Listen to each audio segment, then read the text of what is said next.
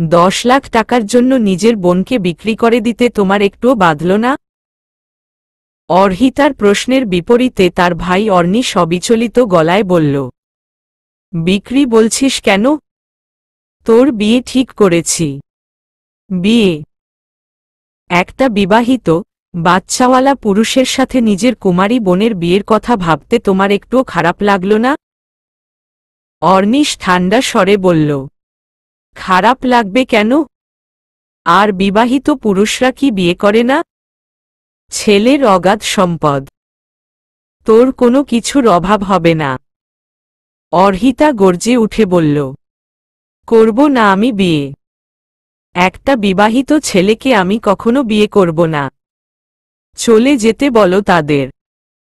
বসার ঘর থেকে অর্হিতার কর্কশ স্বর স্পষ্ট শুনতে পেল নায়েল। কিন্তু সে স্থির, নিষ্কম্প। নায়েলের পাশেই তার 7 বছরের মেয়ে পিউলি। অর্হিতার গলার স্বরে মৃদু কম্পন দিয়ে উঠল পিউলির ছোট্ট হৃৎপিণ্ডটা। বাবার দিকে অসহায় চোখে চেয়ে রইল। নায়েল চোখে হাসল। মেয়েকে আশ্বস্ত করল তার বাবা সবসময় তার সাথে আছে। ছোট্ট করে মেয়েকে বলল, be a brave girl, not to worry. Piuli তার সরু, শুষ্ক অধর বিস্তৃত করল। প্রসন্ন সে। ভেতর ঘর থেকে হনহনিয়ে আসলো অর্হিতা। জ্বলন্ত চোখে নায়েলের দিকে চেয়ে খলবলিয়ে বলল, আপনার সাহস তো কম না। আপনি আবার এসেছেন? আমি তো বলেছি হবে না এই বিয়ে। মুচকি হাসল নায়েল। ওঠে দাঁড়াল সে। পকেটে 2 হাত গুজে মুখমণ্ডলে ভারী ভাব আনে। ভ্রুকুটি করে অর্হিতা। লোকটা লাগামছাড়া বেয়াদব। চোখের কোণে নিগুড় হাসল নায়েল। নিরুদ্বেগ গলায় বলল, ইটস ওকে। বিয়ে না হলে আমার টাকা ফেরত দিন, রাইট নাও। শেষের বাক্য এমনভাবে বলল থরথরিয়ে উঠল অর্হিতা। রাগে ফুঁসে উঠে বলল, ভাইয়া, ফিরিয়ে দাও তার টাকা। বসার ঘরে একপাশে দাঁড়িয়ে আছে অর্হিতার মামা, মামি। তাদের মেয়ে রুমঝুমো আছে। অর্ণিশ অর্হিতার আপন ভাই। বাবা মায়ের মৃত্যুর পর মামা বাড়িতেই থাকে তারা। অর্ণিশ ছোট একটা ফার্মে চাকুরি করে। স্বল্প বেতনে তার অভিলাষ বিস্তীর্ণ। সে অভিলাষের পূর্ণতার জন্য নিজের বোনকে একজন বিপত্নিক পুরুষের সাথে 10 লাখ টাকার বিপরীতে বিয়ে দিতে রাজি হয়েছে। কিন্তু এই বিয়ের ঘোর বিরোধী কনে নিজে। অর্হিতা কিছুতেই নায়েলকে বিয়ে করতে রাজি নয়। বোনের মুখে টাকা ফেরত দেওয়ার কথা শুনে কলিজা ঝাঁঝরা হয়ে গেল যেন অর্ণিশের। কলের পুতুলের মতো বলল, টাকা নেই। ফ্ল্যাট কেনার জন্য অলরেডি বায়না করে ফেলেছি আমি। সামনে মাসেই উঠব। বাকিটা কিস্তিতে শোধ করব। ভাইয়ের কথায় তেলেবেগুনে জ্বলে উঠল অর্হিতা। রাগে বিহ্বল হয়ে বলল, তুমি কি মানুষ? ভাই হয়ে কি করে পারলে এমনটা করতে? ঘৃণা হচ্ছে আমার।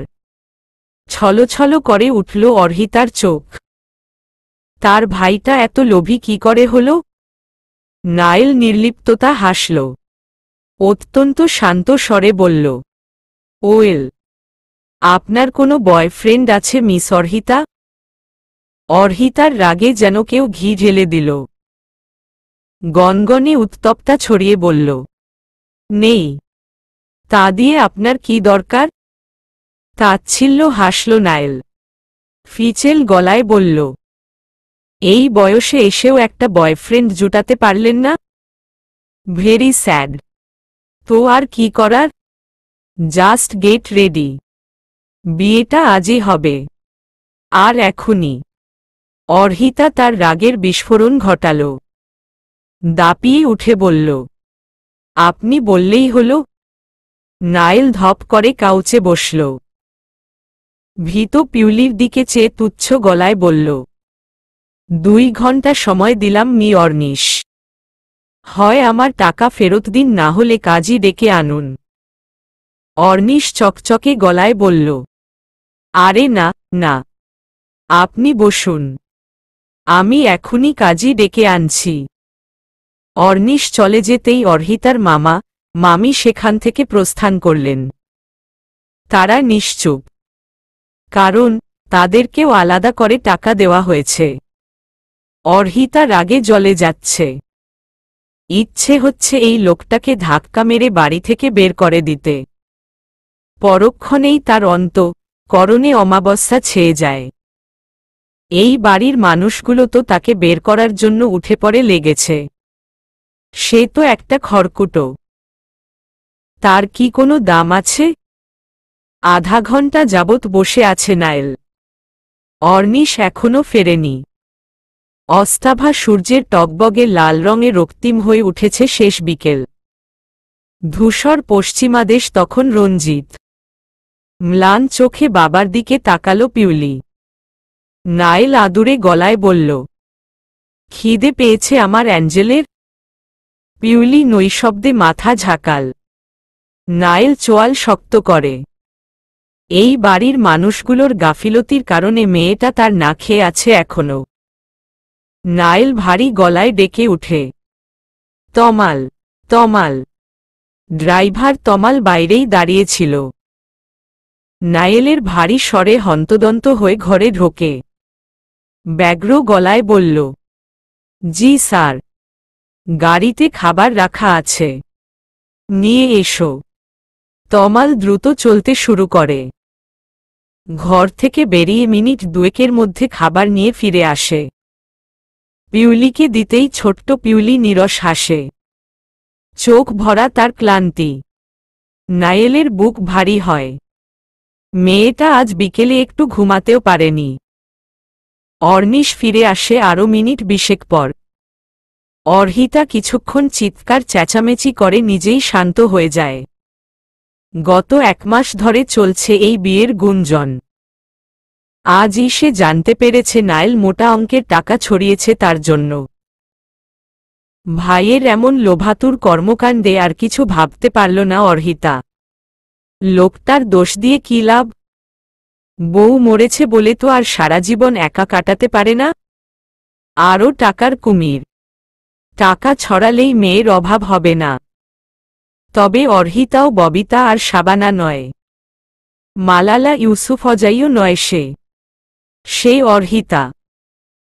ওই বাচ্চাওয়ালা কচি মেয়ে বিয়ের করার সাধ করা লোকটাকে যদি নাকানি চুবানি না খাইয়েছে, তাহলে সেও শাবানার মতো সেলাই মেশিন নিয়ে গার্মেন্টস খুলে ফেলবে।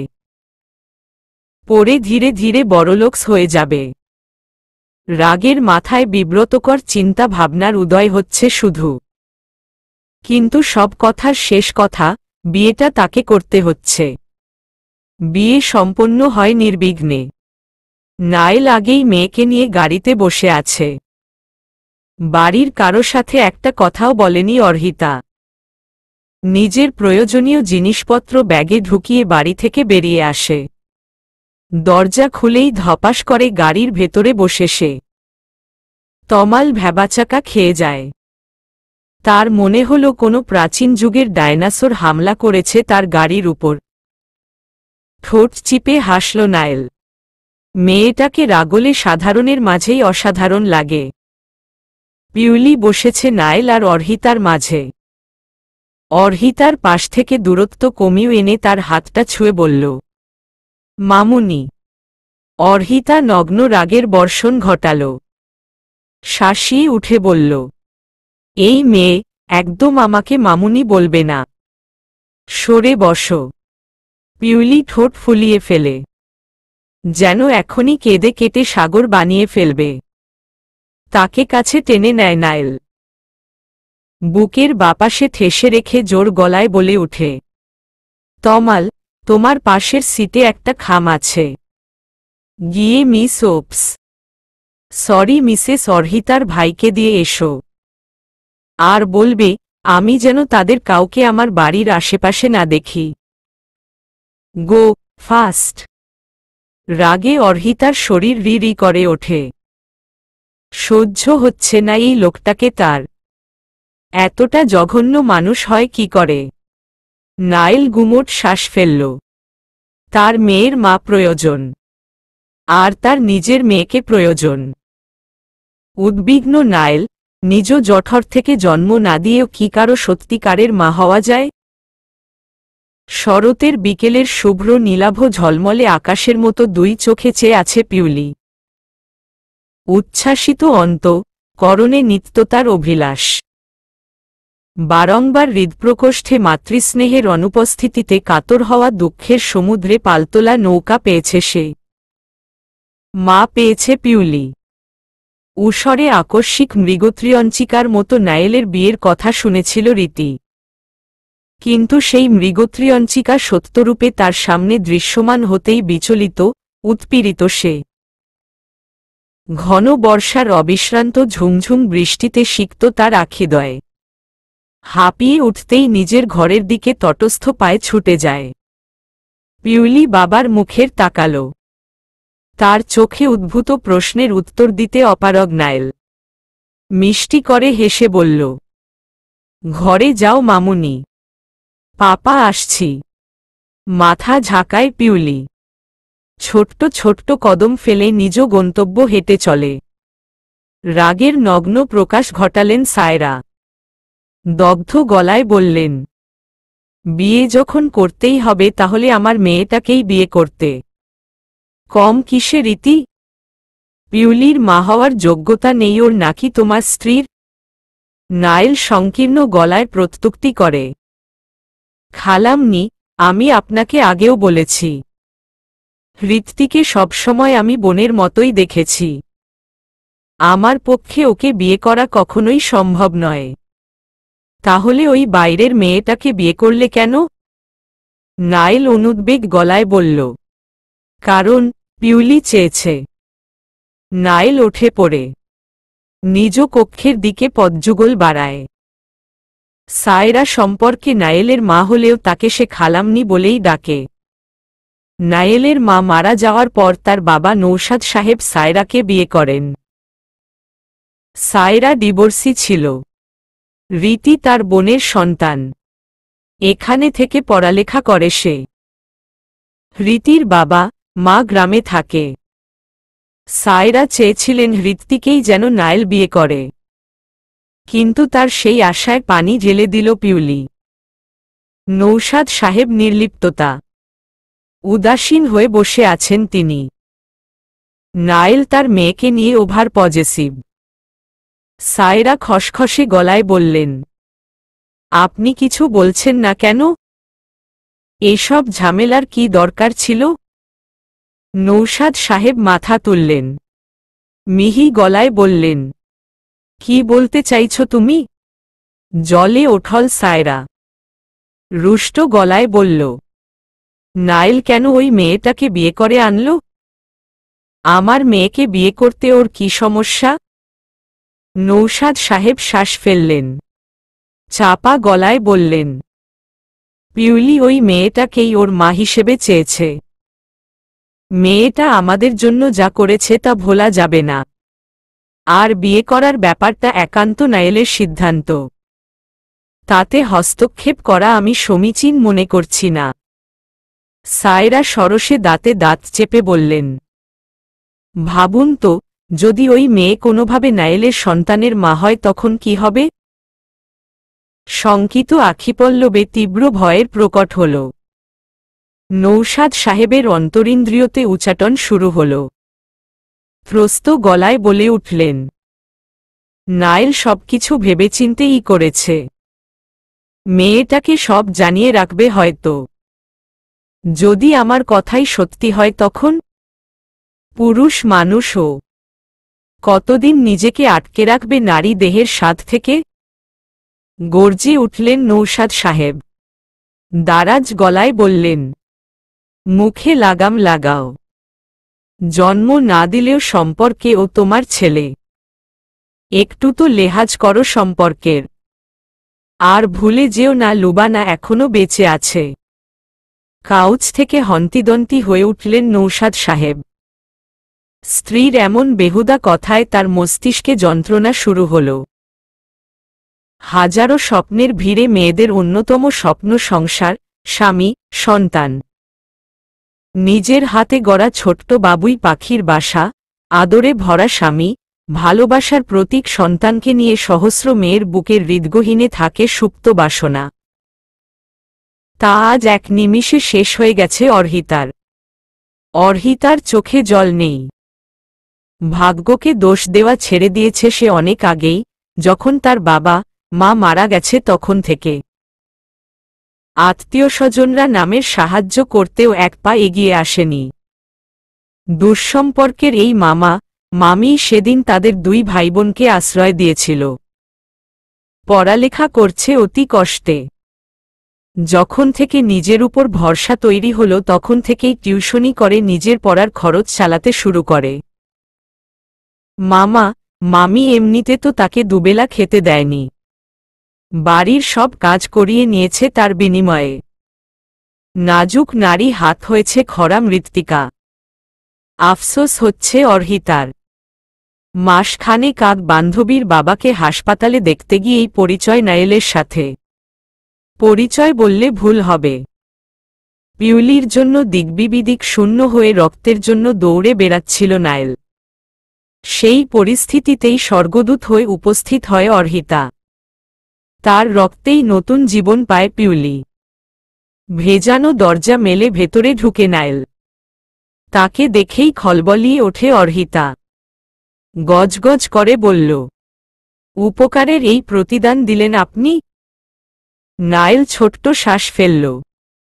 বিনয়ী গলায় বলল, আপনি আমার সামনে আর কোনো পথ রাখেননি, তাই বলে ভাইয়াকে টাকার লোভ দেখাবেন? কৃত্রিম বাতির আলোকছটায় অর্হিতার উগ্রমূর্তি অক্ষিগোচর হল নায়েলের। মেয়েটার রাগ যেন শিরায় শিরায় ধাবমান রক্তের সাথে মিশে আছে। নায়েল নরম গলায় বলল, আমি বিয়ের প্রস্তাব পাঠিয়েছি, আপনি রিজেক্ট করেছেন, তাই বাধ্য হয়েছি আমি। কি ভাবেন আপনি নিজেকে? কিছুই না। গায়ের ব্লেজারটা খুলে হাতে নিল নায়েল। দরজার পাশে টেবিল, তার সাথে লাগোয়া চেয়ারটা টেনে নির্বিঘ্নে বসল। শ্রান্ত গলায় বলল, বিয়ে করা কোনো অপরাধ নয়, তবে আই এম সরি। অর্হিতা উষ্ণ গলায় বলল, বিয়ে করা অপরাধ নয়, বউ মরা ছেলের কচি মেয়ে বিয়ে করা অপরাধ। অর্হিতা এহেন কথায় হাসি আটকাত বেগ পেতে হল নায়েলে। এক ভ্রু উঁচু করে তার সেই হাসির কারণে টকবক করে ওঠে অর্হিতা। আপনি কি বলতে চাইছেন বলুন তো? আপনার মেয়ের জন্য অন্য কোনো মা পেলেন না? আমাকেই আপনার বিয়ে করতে হল। ওকে তো আপনি বাঁচিয়েছেন, ও আপনাকেই ওর মা হিসেবে চায়। কিন্তু আমি চাই না, আপনার মেয়েকে আমি চাইই না। বুঝতে পেরেছেন? দীর্ঘশ্বাস ফেলল নায়েল। ছোট্ট করে বলল, এছাড়া আপনার কাছে আর কোনো উপায় নেই। আপনাকে এই বাড়িতেই থাকতে হবে, আমার মেয়ের মা হয়েই থাকতে হবে। রাগে থরথর করছে অর্হিতার শরীর। লোকটা কত বড় অসভ্য! চিৎকার করে উঠে অর্হিতা, আমি আপনার মেয়েকে বাঁচিয়েছি, সেই খুশিতে আপনি আমাকে মেরে ফেলতে চাইছেন? নায়েল ভ্রুকুঞ্চন করে অবাক গলায় বলল, আপনি ভুল ভাবছেন, আমি আপনাকে জোর করতে চাইনি। মেরে ফেলব কেন? বরঞ্চ বাঁচিয়েছি। আপনার ভাই বলল আপনি বাইরের কান্ট্রিতে গিয়ে হায়ার স্টাডি করতে চান, আমি আপনার জন্য সব ব্যবস্থা করব, শুধু তার বিনিময়ে আমার মেয়েকে আপন করে নেবেন। That's it. রাগে হতবিহ্বল অর্হিতা বিছানার পাশ টেবিল হতে টেবিল ল্যাম্পশেডটা নিয়ে ছুঁড়ে মারে নায়েলের দিকে। তা সোজা গিয়ে লাগে নায়েলের কপালে, কেটে যায় অনেকটা জায়গা। অর্হিতার রাগ কমল না, মাও হল না লোকটার জন্য। ভাবে কি নিজেকে জোর করে বিয়ে করে একটা বাচ্চা ধরিয়ে দিলেই হল। না, এমনিতেও ও বাড়িতে তার কোনো সম্মান নেই। এখানেও যদি তাই হয় তাহলে সে লড়বে, নিজের জন্যই লড়বে। অন্যের বাচ্চাকে সে কেন মাতৃস্নেহ দেবে? কপালে হাত দিয়ে উজ্জ্বল চোখে চেয়ে আছে নায়েল। মেয়েটার এই ঝড়ো রাগের জন্যই এত কাঠখড় পুড়িয়ে তাকে বিয়ে করেছে সে। তার প্রতি তিক্ততা এই সম্পর্কের মাঝে দেয়াল তুললেও তার মেয়েকে দেবে আশ্রয়। পিউলির জীবন সংকটে এই মেয়েই হবে তার হাতিয়ার, যে পিউলিকে রক্ষা করবে ওই অদৃশ্য শত্রুর হাত থেকে। 10 মাস 10 দিন একটা ভ্রূণকে যেমন মা তার জঠরে লালন করে পৃথিবীর ভয়াল আগ্রাসন থেকে রক্ষা করে, ঠিক তেমনভাবে অর্হিতাও তার পিউলিকে রক্ষা করবে সেই নামহীন ভয়ঙ্কর প্রহেলিকা থেকে, যা এখনো বলয় হয়ে ঘিরে রেখেছে তার মেয়েকে। অর্হিতার এই রাগী জেদি মনে তার মেয়ের জন্য জায়গা করে তুলতে হবে। পাথরে ফুল ফোটা অসম্ভব, কিন্তু যদি ফোটে তবে তা অবিশ্বাস্য।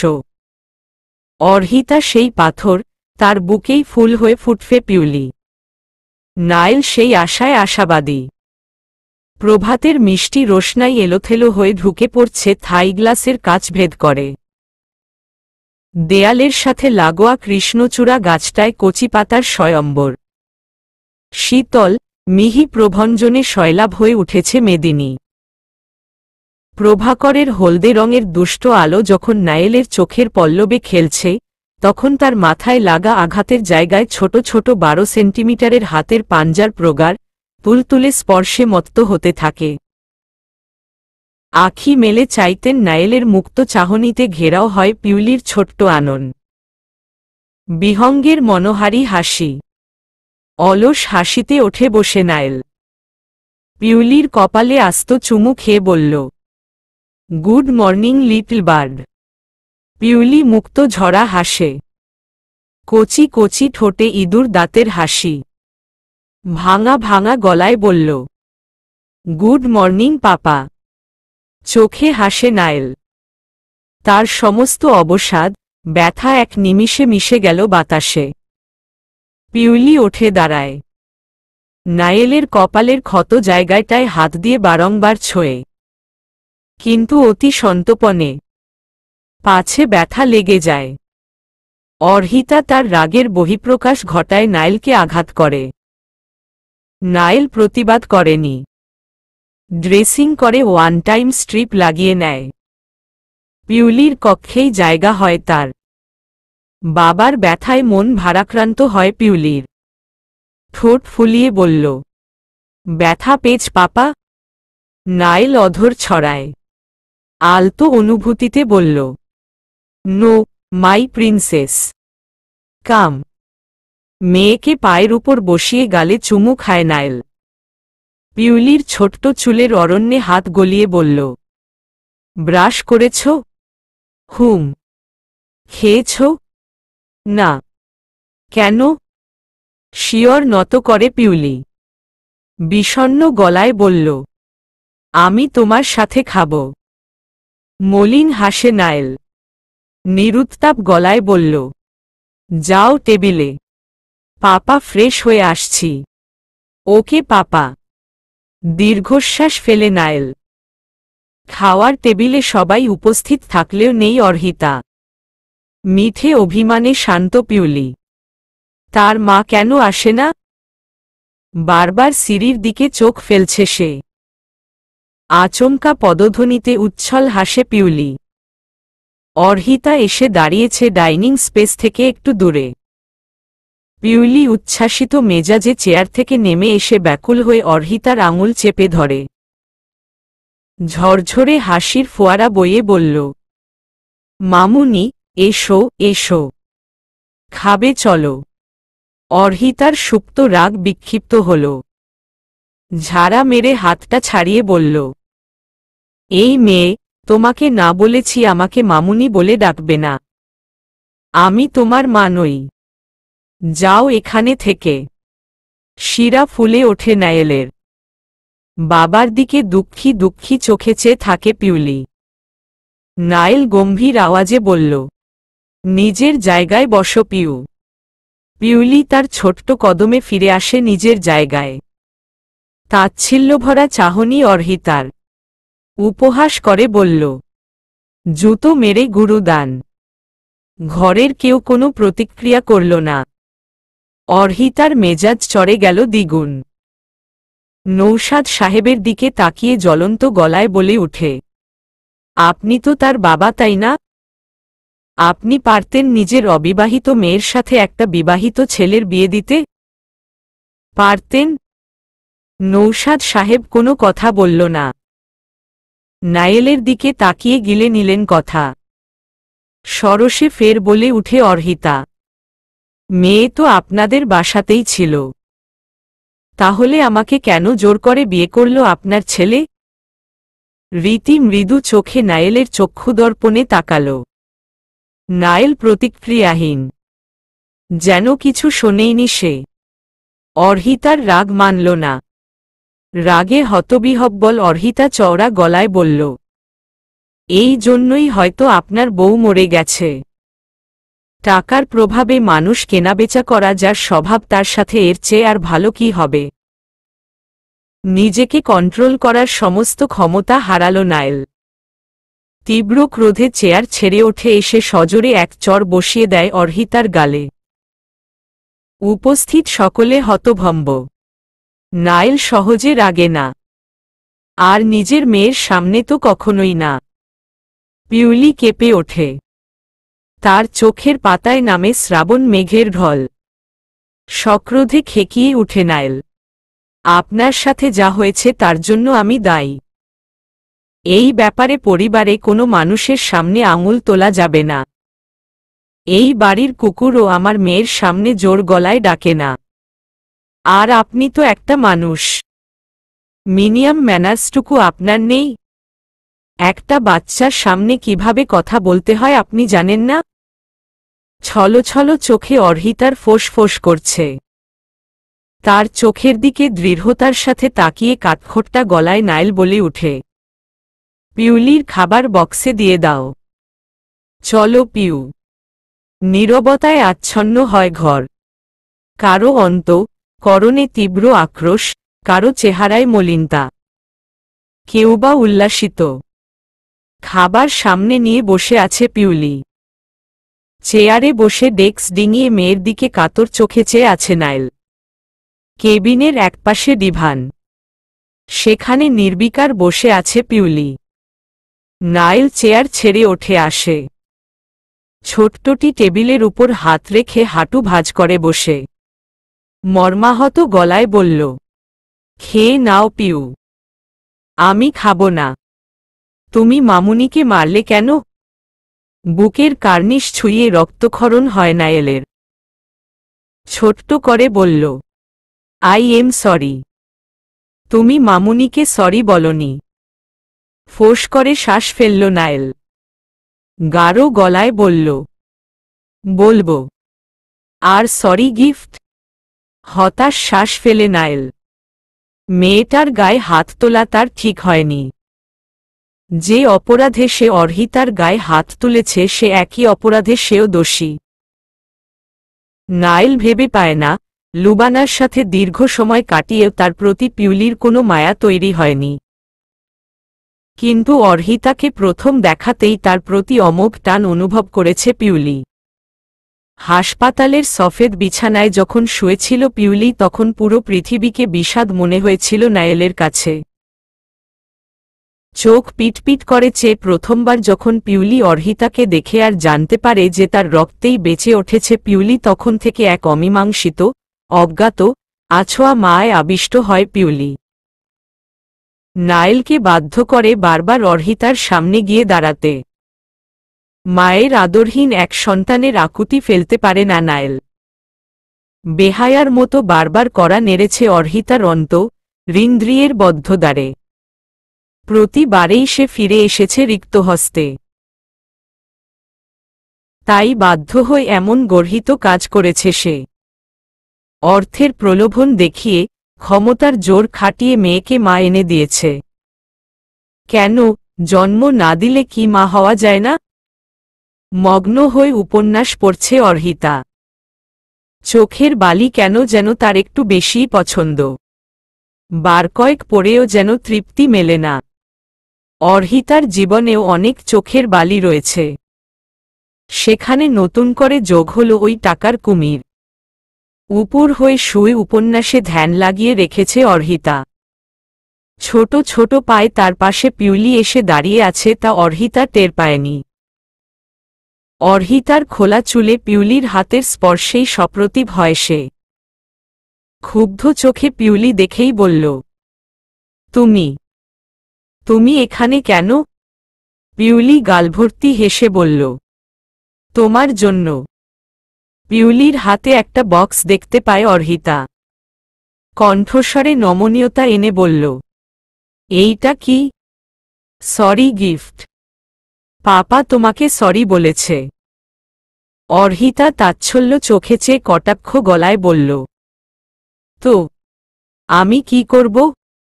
পিউলি শিয়র নত করে। অর্হিতার হঠাৎ করে কেন যেন মায়া লাগল। ওঠে বসে সে দারাজ গলায় জিজ্ঞেস করল, তোমার পাপা কোথায়? পিউলি মিহি গলায় বলল, বাইরে। কটমট করে ওঠে অর্হিতা। থাপ্পড় মেরেছে নিজে আর মেয়েকে পাঠিয়েছে সরি বলতে। বেয়াদব লোক। অর্হিতা দৃঢ় গলায় বলল, যাও, তোমার পাপাকে ডেকে আনো। এক মুহূর্তেই সূর্য রশ্মিবিচ্ছুরণ হল পিউলির ছোট্ট অধরে। দৌড়ে গিয়ে নায়েলকে নিয়ে আসে। কক্ষে ঢুকতেই নায়েলের বৃরা দৃষ্টি। মেয়েটার গায়ে হাত তুলে ঠিক করেনি সে। পিউলি ঝলমলে গলায় বলল, পাপা এসেছে মামুনি। কেন যেন এখন অর্হিতার মামুনি ডাকটায় রাগ হল না। সমস্ত রাগ গিয়ে উপচে পড়ল নায়েলের গম্ভীর মুখটার দিকে। পা উঠিয়ে বিছানায় বসে অর্হিতা উপন্যাসের বইটা হাতে নিয়েই চোখের সামনে ধরে। মেয়েটার ভাবগতি ঠিক ধরতে পারছে না নায়েল। পিউলি শঙ্কিত চোখে চাইল অর্হিতার দিকে। অর্হিতা গলা খাকরি দিয়ে বলল, সরি বলুন। পিউলি টুক করেই বাবার দিকে তাকাল।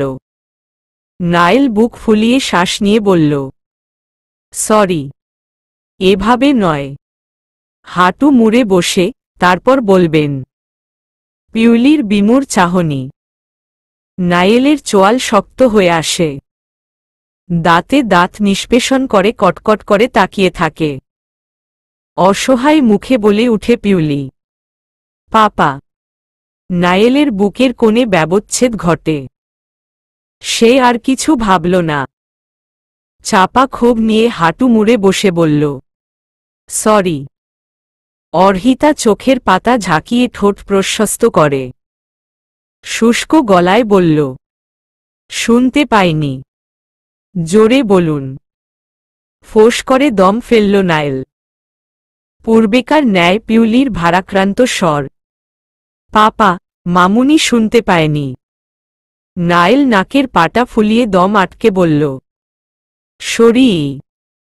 অর্হিতা কিঞ্চিত রাগ মিশ্রণ করে গাঢ় গলায় বলল, কারো ওপর চড়ে বসার সময় তো আপনার গলায় অনেক জোর থাকে, এখন নেই কেন?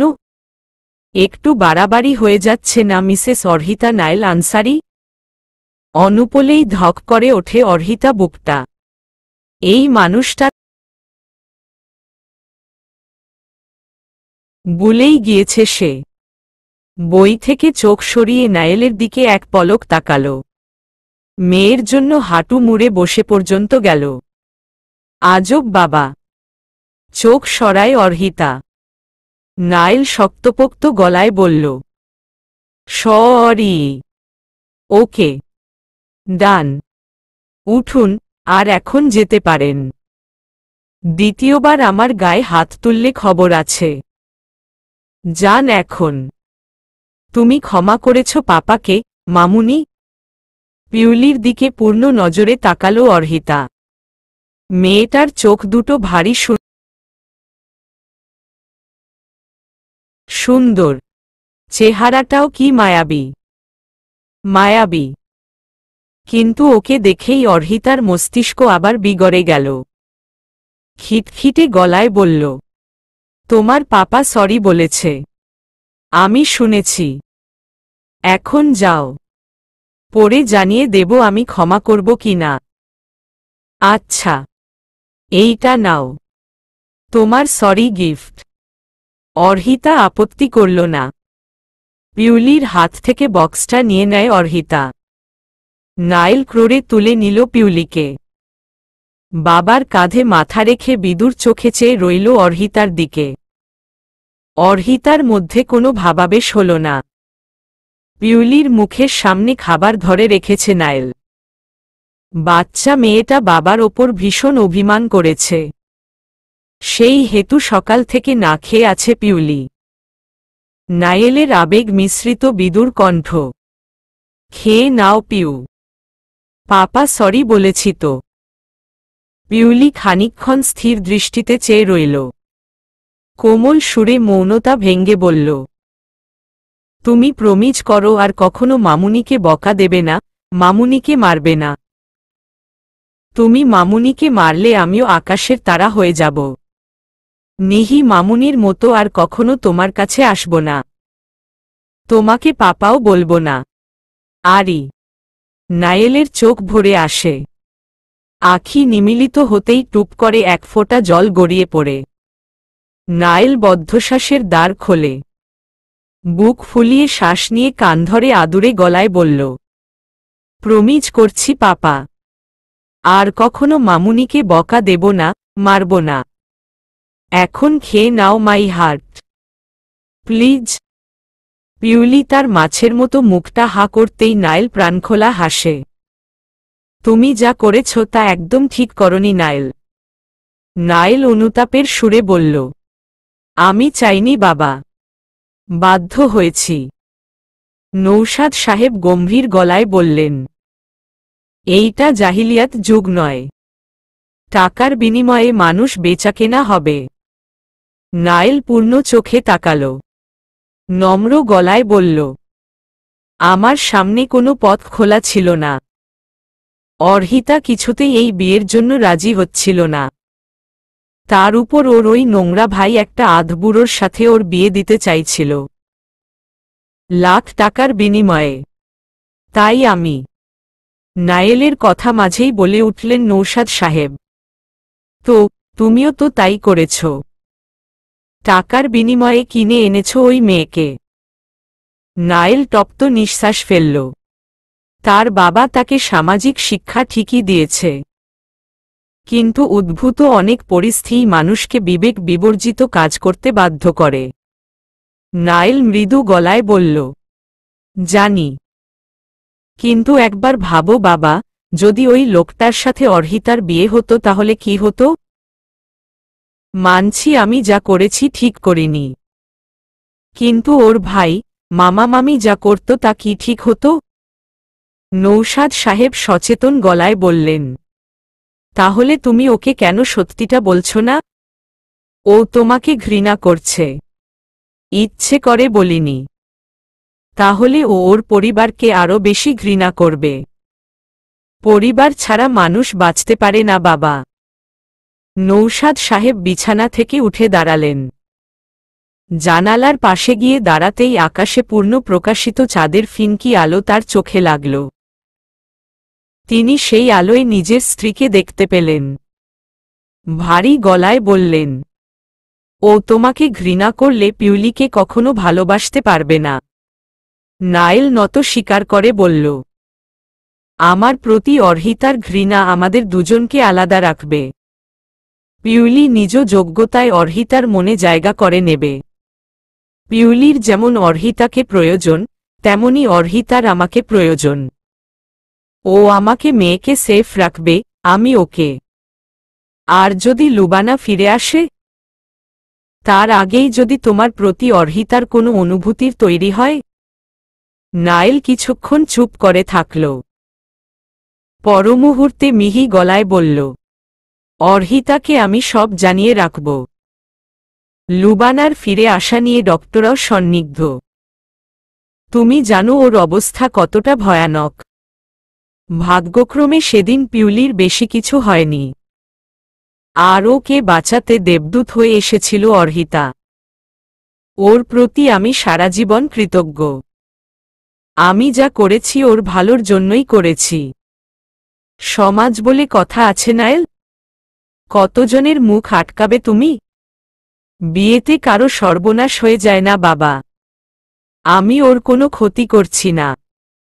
আমি শুধু আমার মেয়ের সেফটি চাই। যার সাথে অর্হিতার বিয়ে ঠিক করেছে ওই লোকের আগেও 3 বার বিয়ে করেছে। ব্রোথেলে রেগুলার আসা যাওয়া তার। এই যুগে স্বার্থ ছাড়া কেউ কিছু করে না বাবা। পিউলির জন্য বডিগার্ড, ন্যানি যাই রাখি না কেন ওরা শুধু ততটুকুই করবে যতটুকু ওদের দায়িত্ব। টাকার কাছে তো আর জীবন বিলিয়ে দেবে না। কিন্তু আমার পিউলির জন্য একটা ভরসার ছায়া প্রয়োজন। আর অর্হিতা হবে সেই ছায়া। নৌশাদ সাহেব দীর্ঘশ্বাস ফেললেন। বললেন, মেয়েটা বড্ড কঠিন নায়েল। ওর মনে জায়গা করা সহজবোধ্য কাজ নয়। জানি, যা পাওয়া দুর্লভ, তার তেজ তত বেশি বাবা। অর্হিতাকে পুরো 2 মাস স্টাডি করেছি আমি। যেই মেয়ে ভিক্ষুককে 20 টাকা দেওয়ার দরুন পায়ে হেঁটে বাসায় ফেরে, ভাবো তো আমার মেয়েকে একবার মেয়ে বলে মেনে নিলে ওর জন্য কি করতে পারে। তুমি আমাকে স্বার্থবাদী বলতে পারো বাবা। আমার পিউলির জন্য আমাকে যা করতে হবে আমি করব। আমি করব বাবা। নায়েলের সিক্ত চোখের দিকে অনিমেষ চেয়ে রইলেন নৌশাদ সাহেব। যেন নিজেকে দেখলেন তিনি। ড্রয়িং রুমের কাউচে পা ঝুলিয়ে বসে আছে পিউলি। তার এক পায়ে মোজা পরিয়ে দিচ্ছে নায়েল। আরেক পা সমানতালে ঝুলিয়ে যাচ্ছে পিউলি। তার চোখে মুখে উছলে পড়া খুশি। নায়েল চোখে হাসে। মৃদু গলায় জিজ্ঞেস করে, হাসছ কেন পিউ? পিউলি গালভরা হাসিতে বলল, মামুনি সুন্দর। স্মিত হাসল নায়েল। সকালবেলা যখন অর্হিতা তার অগোছালো জামা কাপড়ে বাইরে বেরিয়ে আসে তখন পিউলি তার দরজার সামনেই দাঁড়িয়েছিল। ঠোঁট চেপে সে কি হাসি। অর্হিতার চুলগুলো এলোথেলো, গায়ের জামাটা ছিল কুচকানো। রীতি এসে দাঁড়িয়েছে নায়েলের পেছনে। অনুনয়ের সুরে বলল, তুমি ওঠ, আমি পিউলিকে তৈরি করে দিচ্ছি। নায়েল অবজ্ঞার সুরে বলল, নো থ্যাঙ্কস, আই উইল। রীতি কণ্ঠে চাপা রাগের আবির্ভাব ঘটায়। বলল, এমন কেন করছো নায়েল? আমার কি কোনো যোগ্যতা নেই পিউলির মা হওয়ার? রীতির করা প্রশ্নে বাবার দিকে ভূত দেখার মতো চাইল পিউলি। নায়েল শ্রান্ত গলায় বলল, রীতি, এখন এসব কথা বলার সময় না। যাও এখন। কেন? যে মেয়ে পিউলিকে মেনে নিতেই চাইছে না তুমি তাকেই কেন বিয়ে করলে? তুমি ভালো করেই জানো যে আমি। স্টপ দিস ননসেন্স রীতি। আমি তোমাকে বোনের থেকে বেশি আর কিছুই ভাবিনি। প্লিজ, যাও এখান থেকে। রীতির চোখের বর্ষণ থামল না। স্ফীত হয়ে ফেপে উঠল তা। প্লাবিত হল তার মুখমণ্ডল। প্রস্থান করে বিভীষিকাময় সেই স্থান। নায়েলের বাবা সবটা শুনে নীরব রইলেন। পিউলির চোখে কৌতূহল। তার কৌতূহল দমাতে হেসে ওঠে নায়েল। ক্ষীণ স্বরে বলল, চলো পিউ। নৌশাদ সাহেব সন্ধানী চোখে চেয়ে বললেন, আজও কি পিউলিকে অফিসে নিয়ে যাবে? নায়েল সহজ গলায় প্রত্যুক্তি করে, জি বাবা। রোজ রোজ ওকে অফিসে নিলে তোমার কাজের ক্ষতি হবে। তাছাড়া আজ 2 মাস হতে চলল পিউলি স্কুলে যাচ্ছে না। নায়েলের চোয়াল শক্ত করে বিক্ষিপ্ত গলায় বলল, বেঁচে থাকলে আমার মেয়ে অনেক পড়তে পারবে। আপাতত স্কুলে না গেলে ওর বড় কোনো ক্ষতি হবে না। কাম পিউ। বাবার হাত ধরে গুটি গুটি পায়ে চলতে থাকে পিউলি। তার উচ্ছ্বাস আকাশ ছোঁয়া। সারাদিন বাবার সাথেই কাটে তার। তবে আগে এমনটা ছিল না। কাউচে বসলেন নৌশাদ সাহেব। তার বুক চিরে বেরিয়ে এলো তীব্র দীর্ঘশ্বাস। সায়রা গনগনে চোখে চেয়ে আছেন। নৌসাদ সাহেবের কাছে এসে খেমটি মেরে বললেন, বোনের মেয়েকে নিয়ে এমন পাগলামি না করলে কি নয় নায়েলের? একটা অ্যাক্সিডেন্টই হয়েছে, এইটা নিয়ে এত চিন্তা করার কি? নৌসাদ সাহেব শান্ত চোখে চেয়ে রইলেন। তার মেয়ে নিহিতার মৃত্যুর পর নিজের ভাগ্নিকে বাবার স্নেহে আগলে রেখেছে নায়েল। সে স্নেহে সামান্য ব্যবচ্ছেদ মানতে নারাজ নায়েল। তার ধারণা কেউ পিউলিকে মারতে চায়, যার দরুন ওই অ্যাক্সিডেন্ট সংঘটিত হয়েছে। রীতির গালে চপাট করে এক চর বসিয়ে দিলেন সায়রা। রাগে ফেটে পড়ে বললেন, একটা ছোট বাচ্চা মেয়েকে বশ করতে পারলি না, আর ওই নায়েলটাকেও না? কি পারিস তুই? রীতি ঝমঝমিয়ে কেঁদে বুক ভাসায়। আর্দ্র গলায় বলল, আমার কি দোষ? আমি কি করব? নায়েল কখনো আমার দিকে এগিয়ে আসেনি তো তুই যেতে পারলি না? প্রথমে ওই লুবানা, এখন আবার এই অর্হিতা। লুবানার সাথে বিয়েটা হতে হলো না, আর অর্হিতাকে তো বিয়ে করেই নিয়ে এসেছে। কাউকে জানালো না পর্যন্ত। এই ছেলে হহুত ধুরন্ধর। রীতি একনাগারে কেঁদেই যাচ্ছে। সায়রা খুব করে চেয়েছেন তার বোনের মেয়েকে নায়েলের সাথে বিয়ে দিয়ে এই বাড়িতে রেখে দিতে। মেয়েটা অনেক সহজ সরল, তিল থেকে তাল করার জো নেই তার। পড়ালেখা আর রান্নাবান্না ছাড়া কোনো কিছুতেই তার পদার্পণ নেই। মেয়েটার এই বোকামির জন্যই সায়রা চিন্তিত। কোথায় গোছাবে একে? বারান্দায় দাঁড়িয়ে নায়েলের গাড়ির দিকে তাকিয়ে আছে অর্হিতা। পিউলিকে গাড়িতে বসিয়েছে ড্রাইভিং সিটের পাশেই। আজ তমাল নেই। বাসায় আরও একটা গাড়ি আছে। মূলত নায়েল নিজের গাড়ি নিজেই ড্রাইভ করে যতক্ষণ না সেখানে অন্য কারো প্রয়োজন পড়ে। হতাশ শ্বাস ফেলে অর্হিতা। তার ভাগ্যে এসব হওয়ার ছিল। নায়েলকে অপছন্দ করার কিছু নেই। লোকটা যথেষ্ট মার্জিত আর সুশীল। বিয়ের আগে যতবার তার সাথে দেখা হয়েছে নায়েলের ব্যবহার তাকে বারবার তাকে নিয়ে ভাবতে বাধ্য করেছে। কিন্তু অর্হিতা এখন কোনো মতেই বিয়ের জন্য প্রস্তুত ছিল না। তার উপর একটা বাচ্চাকে সামলানো তার কর্ম নয়। সে পড়তে চেয়েছে, নিজেকে গড়তে চেয়েছে। তাই বিয়ের ব্যাপারে অনীহা। পিউলি মেয়েটাকে বড্ড মায়া হয় তার। মেয়েটা মামুনি মামুনি বলে মুখে ফেনা তুলে ফেলে। কিন্তু নায়েলের কাজটা তার মোটেও পছন্দ হয়নি। কেন টাকার বিনিময়ে তাকে কিনে নেওয়া হবে? সে কি কোনো পণ্য? না। তাহলে? অর্নিশ এতটা লোভী অর্হিতা ভাবতে পারেনি। টাকার জন্য বোনকে বিক্রি করে দেবে? এতটা বোঝা সে?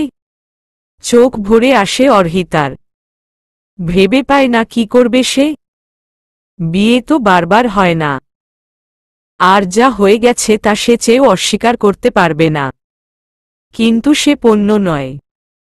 বুকের খাঁচায় দীর্ঘশ্বাস জমিয়ে ডাইনিং টেবিলে এসে বসে অর্হিতা। খিদেও পেটের নাড়িভুড়ি পেঁচিয়ে যাচ্ছে। যুবা সার্ভেন্ট কলরব এসে অর্হিতাকে খাবার সার্ভ করে। অর্হিতা নাক কুচকায়। এত দামি খাবার খাওয়ার অভ্যাস তার নেই। মৃদু গলায় কলরবকে উদ্দেশ্য করে বলল, আমাকে এই জুস টুস দিতে হবে না। দুটো পরোটা আর একটা ডিম ভেজে দিলেই হবে। তারা বুঝি এসব খায় না? ও বড়লোক তো তাই হয়তো। আমার আবার এসবেই পেট ভর্তি হয়। আপনি আমার জন্য এসবই নিয়ে আসুন। কলরব অপ্রস্তুত চোখে তাকাল। টেবিল ভর্তি খাবার থাকার পরও আবার বায়না। তবে সে তা পালন করতে বাধ্য। কিন্তু বিপত্তি বাঁধল সায়রা।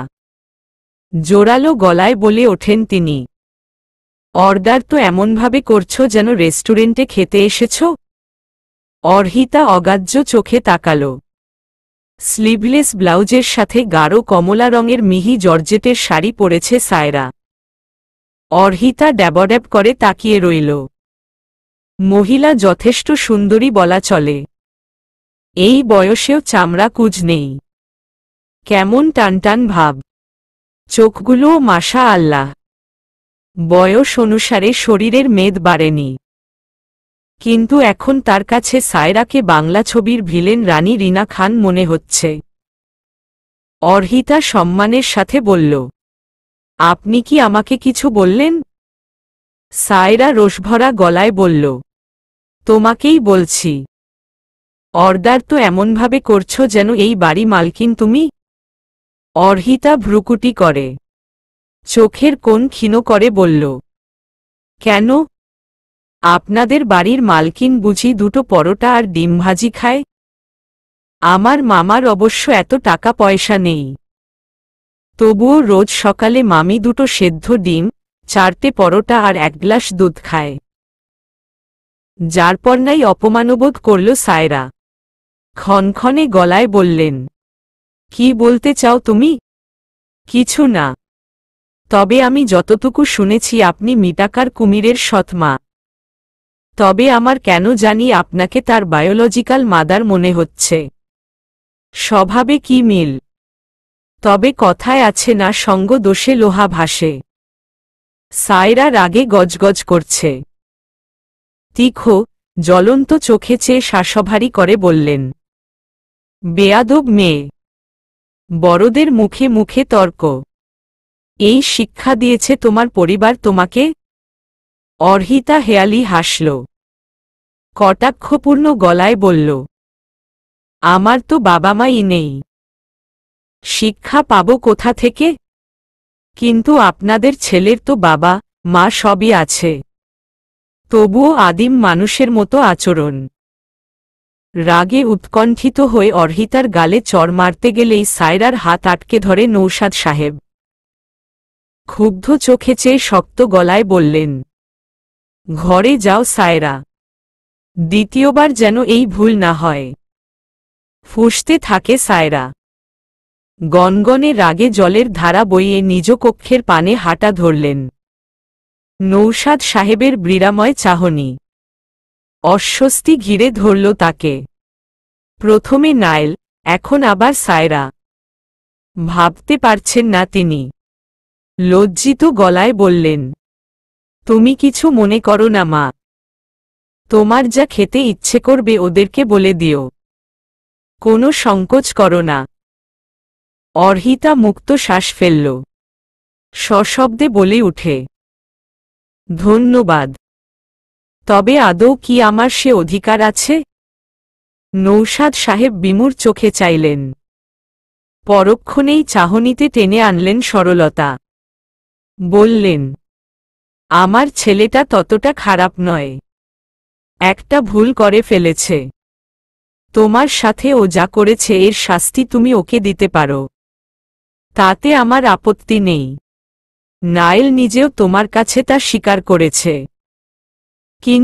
কিন্তু পিউলির কোনো দোষ নেই এতে। ও তোমাকে মা মেনে নিয়েছে। একজন বাবা হয়ে আমি কখনো আমার মেয়ের সাথে একটা বিবাহিত ছেলের বিয়ে দেব না।